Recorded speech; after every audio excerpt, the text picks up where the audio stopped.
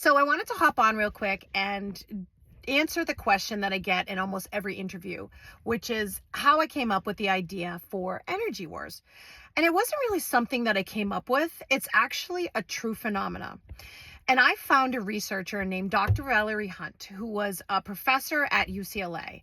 And she studied the energy fields of human beings. She actually studied how our energy fluctuates and is affected by the things around us.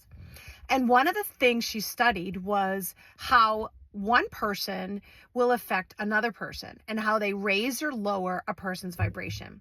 She would put two people in a room who had never met each other, had no contact, 6 feet apart, back to back.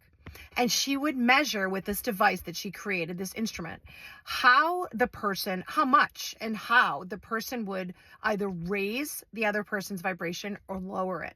There were cases where it was neutral and there was no effect on either person, but most of the time, someone either raised the other person's vibration or lowered it. And there's also another really fascinating thing that happened where two people in a room together would create an entirely new field of energy. And this was most obvious with like a mother and a child.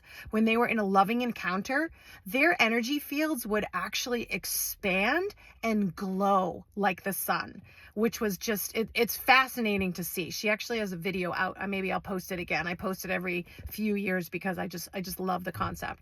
So the premise of Energy Wars was I wanted to raise awareness around this phenomena, and that especially for middle grade is such a complicated social microcosm of chaos where they're teasing each other, they're fighting, they're trying to figure it out, there's judgment, there's insecurity, there's all this stuff going on.